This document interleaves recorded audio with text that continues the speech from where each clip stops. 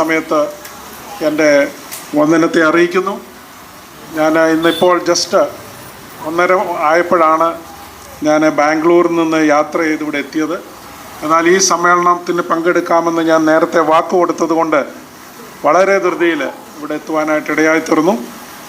ഇതിന് ശേഷം പുനലൂര് പത്തനാപുരത്ത് ഗാന്ധി ഭവനിൽ പോകേണ്ടതാണ്. എനിക്ക് അവിടെ എത്തിച്ചേരുമോ എന്നറിയില്ല. അങ്ങനെ ഈ സമ്മേളനത്തിൻ്റെ പ്രസക്തി വളരെ പ്രാധാന്യമുണ്ട് എന്നുള്ളത് കൊണ്ടാണ് ഞാനിവിടേക്ക് എത്തിയത്. നമുക്കറിയാം, ഈ നമ്മുടെ ഭാരതം ലോകത്തുള്ള വിവിധ പ്രത്യേക ശാസ്ത്രങ്ങളുടെ ഒരു പരീക്ഷണശാലയായിരുന്നു. അധിനിവേശ ശക്തികൾ നമ്മുടെ രാജ്യത്തെ അടക്കി ഭരിക്കുവാനിടയായി തീർന്നു. അതുമാത്രമല്ല, ലോകമെമ്പാടും ഒരു പ്രത്യേക ശാസ്ത്രം ഈ കഴിഞ്ഞ നൂറ്റാണ്ടിൻ്റെ ആദിമഘട്ടത്തിൽ ശക്തമായി സ്വാധീനം ചെലുത്തി. എന്നാൽ അത് കാലഹരണപ്പെടുവാനായിട്ട് ഇടയായിത്തീർന്നു. ഇന്ത്യയിലും ഇത്തരം പ്രത്യേക ശാസ്ത്രങ്ങളൊക്കെ തന്നെ കാലത്തിൻ്റെ കുത്തൊഴുക്കിൽ തകർന്നടിഞ്ഞപ്പോഴും ഗാന്ധിയൻ ചിന്തകൾ ഇന്നും പ്രസക്തമായി നമ്മുടെ മധ്യത്തിലുണ്ട്. അതാർക്കും മായ്ച്ചു കളയുവാൻ സാധിക്കാതെ വണ്ണം ഭാരതത്തിൻ്റെ ആത്മാവിൽ അന്തർലീനമായിരിക്കുന്ന വലിയൊരു ചിന്തയാണ് ഗാന്ധിയൻ ചിന്തകൾ. ആ ഗാന്ധിയൻ സംസ്കാരത്തിൽ ഉടലെടുത്തുകൊണ്ട് മാത്രമേ നമുക്ക് ഭാരതത്തിലൊരു സാമൂഹ്യ നീതി ഉറപ്പുവരുത്തുവാനായിട്ട് സാധിക്കുകയുള്ളൂ. നമ്മുടെ ഭാരതത്തെ സാമ്പത്തിക പിന്നോക്കാവസ്ഥയിലോ അതിൻ്റെ മാനദണ്ഡത്തിലോ ഒരിക്കലും ഇവിടെയുള്ള ഉച്ചനീചത്വങ്ങളെ മാറ്റി ഒരു സാമൂഹ്യ നീതി ഉറപ്പുവരുത്തുവാനായിട്ട് സാധിക്കുകയില്ല. അതൊക്കെ പരീക്ഷിച്ചതാണ് ലോകമെമ്പാടും. പക്ഷേ ഭാരതം വളരെ കോംപ്ലക്സ് ആയിട്ടുള്ള ഒരു രാജ്യത്ത് വിവിധ ജാതി മത സംഘടനകൾ പ്രവർത്തിക്കുന്ന, അല്ലെങ്കിൽ അവരുടെ സാമൂഹ്യ പിന്നോക്കാവസ്ഥ മനസ്സിലാക്കാതെ ഒരു സംവരണ ആനുകൂല്യങ്ങൾക്കും ഇവിടെ പ്രസക്തിയില്ല എന്ന് ഞാൻ ഈ സമയത്ത് പറഞ്ഞുകൊള്ളട്ടെ. 1990കളിൽ മണ്ഡൽ കമ്മീഷൻ റിപ്പോർട്ട് നടപ്പിലാക്കുവാനായി ഇറങ്ങിത്തിരിച്ച ഭാരതത്തിൻ്റെ മുൻ പ്രധാനമന്ത്രി വി പി സിംഗ് ഒരു രാഷ്ട്രീയ അവസാനത്തിലേക്ക് തൻ്റെ ജീവിതത്തെ മാറ്റുവാനായിട്ട് ഇടയായി തീർന്നത് അത്തരമൊരു ചുവടുവയ്പ് മുന്നോട്ട് വെച്ചതിൻ്റെ വെളിച്ചത്തിലാണ്. അവിടെ ഉള്ള മതസംഘടനകളും അതുപോലെ തന്നെ രാഷ്ട്രീയ ശക്തികളും എല്ലാം ഒന്നിച്ചു ചേർന്നുകൊണ്ട് അതിനെ എതിർക്കുവാനായിട്ട് ശ്രമിച്ചു. അദ്ദേഹത്തിന് അറിയാമായിരുന്നു, ഭാരതത്തിൻ്റെ പ്രശ്നം പരിഹരിക്കണമെങ്കിൽ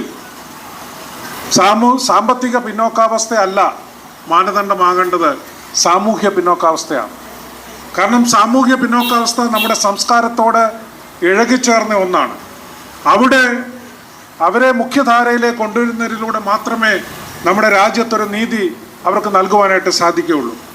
22% വരുന്ന പട്ടികജാതി പട്ടികവർഗക്കാർക്കുള്ള സംവരണം ഒരു വശത്ത് നിൽക്കുമ്പോൾ 27%-ലധികം വരുന്ന OBC വിഭാഗങ്ങൾക്ക് സംവരണം, അതിലെല്ലാവരും വരുന്നില്ല എങ്കിലും 80% വരുന്ന രാജ്യത്തെ വിപുലമായിട്ടുള്ള OBC കമ്മ്യൂണിറ്റിയിൽപ്പെട്ടവരാണ് ഏറ്റവും അധികം നീതി നിഷേധിക്കപ്പെട്ട സമൂഹം. എന്നാൽ 20% വരുന്ന മുന്നോക്ക ജാതികൾ ഈ രാജ്യത്തെ, അതുപോലെ തന്നെ അധിനിവേശ ശക്തികൾ, ധനികരായിട്ടുള്ള വ്യക്തിത്വങ്ങൾ, സാമ്പത്തിക വികേന്ദ്രീകരണത്തിലുള്ള പാകപ്പിഴകളൊക്കെ തന്നെ ഒരു വശത്ത് അവരെ അനീതിയിലേക്ക് നയിക്കുവാനായിട്ട് ഇടയായിത്തീർന്നു. ഇത്തരം പ്രതിസന്ധികൾക്ക് പരിഹാരം നൽകുവാൻ ഇവിടുത്തെ പിന്നോക്കാവസ്ഥയിലുള്ള സാമൂഹ്യ എല്ലാ ജാതി വിഭാഗങ്ങളും ഒന്നിച്ചു നിൽക്കേണ്ട കാലം അതിക്രമിച്ചിരിക്കുന്നു. ഇവിടെയാണ് ഗാന്ധിയൻ ചിന്തകളുടെ പ്രസക്തി നമുക്ക് മനസ്സിലാകുന്നത്. അത് അഹിംസയിലൂടെ, നോൺ വയലൻസിലൂടെ, ഹിംസയിലൂടെ നമുക്ക് വിജയം നേടുവാനായിട്ട് സാധിക്കും. പക്ഷേ സമാധാനം നേടാൻ സാധിക്കണമെങ്കിൽ, മനുഷ്യ ഹൃദയങ്ങളെ ബന്ധിപ്പിക്കണമെങ്കിൽ രക്തച്ചൊരിച്ചിലില്ലാതെ തന്നെ അഹിംസയുടെ പാതയിലൂടെ മുന്നോട്ട് പോകുവാനാണ് ഗാന്ധിജി നമ്മളെ പഠിപ്പിച്ചത്. രണ്ടാമത്, സത്യത്തിന് വേണ്ടി നിലകൊള്ളുക. ഇന്ന് പോസ്റ്റ് ട്രൂത്തിൻ്റെ വേൾഡാണ്, സത്യാനന്തര കാലഘട്ടത്തിലാണ് നമ്മൾ കടന്നു പോകുന്നത്. ഇന്നത്തെ സാമൂഹ്യ മാധ്യമങ്ങളും അതിൻ്റെ അതിപ്രസരങ്ങളും വികസനങ്ങളും അതുപോലെ തന്നെ സാങ്കേതിക വിദ്യയിലുള്ള നൈപുണ്യങ്ങളും ഒക്കെ ഈ സത്യത്തെ പുറകോട്ട് വലിക്കുന്ന ഒരു സാഹചര്യം സൃഷ്ടിക്കപ്പെട്ടിരിക്കുകയാണ്.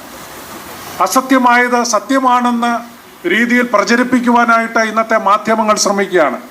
ഇവിടെയാണ് സത്യത്തിന് വേണ്ടി നിലകൊള്ളുവാൻ, അതിന് ധൈര്യം കാണിക്കുവാൻ സത്യാഗ്രഹം മുതൽ സമര പരിപാടികളുമായി നമുക്ക് മുന്നോട്ട് പോകേണ്ടതായിട്ടുണ്ട്. മൂന്നാമത് സർവോദയം, വെൽഫെയർ ഓഫ് ഓൾ, എല്ലാവരുടെയും ക്ഷേമം ആണ് നമ്മുടെ ലക്ഷ്യം.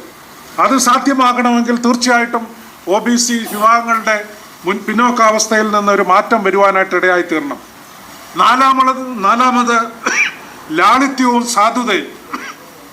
ലാളിത്യമാണ് ഗാന്ധിസത്തിന്റെ അടിസ്ഥാന ശില. ആഡംബര ചിലവുകളൊക്കെ മാറ്റിവെച്ച് ധൂർത്തിൻ്റെയും ആഡംബരത്തിൻ്റെയും പ്രൊപ്പഗണ്ടായുടെയും ഈ കാലഘട്ടങ്ങളെയൊക്കെ മാറ്റി നിർത്തിക്കൊണ്ട് രാഷ്ട്രീയ ഇച്ഛാശക്തിയോടുകൂടെ ഇന്നത്തെ പിന്നോക്ക സമൂഹങ്ങൾ മുന്നോട്ടിറങ്ങുവാനായിട്ട് ഇടയായിത്തീരും.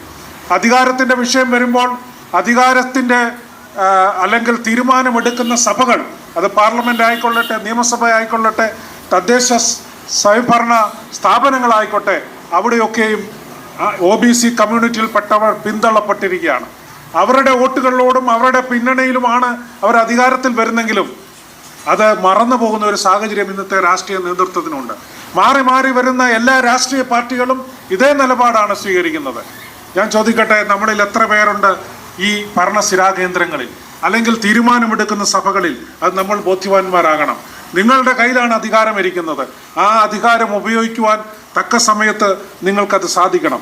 അതുപോലെ തന്നെ സ്വയം പര്യാപ്തമായിട്ടുള്ള ഒരു സാമൂഹ്യ വ്യവസ്ഥിതി. നമ്മൾക്കെല്ലാവർക്കും ജീവിക്കുവാനുള്ള സാഹചര്യമുണ്ട്. നമുക്കെല്ലാം അവകാശങ്ങളുണ്ട്. ഈ ലോകത്ത് ജീവിക്കുവാനുള്ള അവകാശം നമുക്ക് തന്നിരിക്കുകയാണ്. പക്ഷേ നമ്മുടെ മൂല്യധനങ്ങൾ, ഈ റിസോഴ്സസുകളൊക്കെ തെറ്റായ രീതിയിൽ വികേന്ദ്രീകരിക്കപ്പെട്ടിരിക്കുകയാണ്. പല പഞ്ചവത്സര പദ്ധതികളും പലതരത്തിലുള്ള പദ്ധതികളും ഇന്ന് ഗവൺമെന്റ് നടപ്പിലാക്കുന്നുണ്ടെങ്കിലും ഒരിക്കലും സാമൂഹ്യ നീതി ഉറപ്പാകുന്നില്ല. ഈ വികസനം എല്ലായിടത്തും എത്തുന്നില്ല. ധനത്തിന്റെ 90%, 10% വരുന്ന മേലാളന്മാർ അത് കൈയടക്കി വച്ചിരിക്കുകയാണ്. ദരിദ്രർ എപ്പോഴും ദരിദ്രരായി തീരുകയും പണക്കാരെപ്പോഴും പണക്കാരായി തീരുകയും ചെയ്യുന്ന ഒരു സാമൂഹ്യ വ്യവസ്ഥിതിയാണ്. ഞാൻ പറയട്ടെ, നമ്മുടെ റിസോഴ്സസുകൾ, നമ്മുടെ ധനസമ്പത്തുകൾ എല്ലാം ഈക്വലി ഷെയർ ചെയ്യുവാനുള്ള അധികാരം നമ്മളുണ്ട്. നമ്മുടെ ധനങ്ങൾ എല്ലാം മറ്റുള്ളവർ വിനിയോഗിക്കുകയാണ്.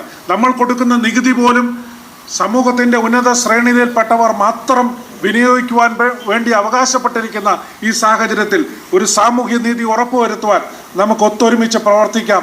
ഇതൊരു ബോധവൽക്കരണത്തിൻ്റെ ദിനമായിക്കൊള്ളട്ടെ എന്ന് ആശംസിച്ചുകൊണ്ട് ഇവിടുത്തെ എല്ലാ പ്രവർത്തകരെയും ഞാൻ അഭിമാനത്തോടും അതുപോലെ തന്നെ അതിലേറെ ഐക്യദാർഢ്യത്തോടും നിങ്ങളോടൊപ്പം ഞാനും ഉണ്ടാകുമെന്ന് ഉറക്കെ പ്രഖ്യാപിച്ചുകൊണ്ട് എൻ്റെ വാക്കുകൾ നിന്ന് വിരമിക്കുന്നു. ദൈവം നിങ്ങളെ ഓരോരുത്തരെയും അനുഗ്രഹിക്കും.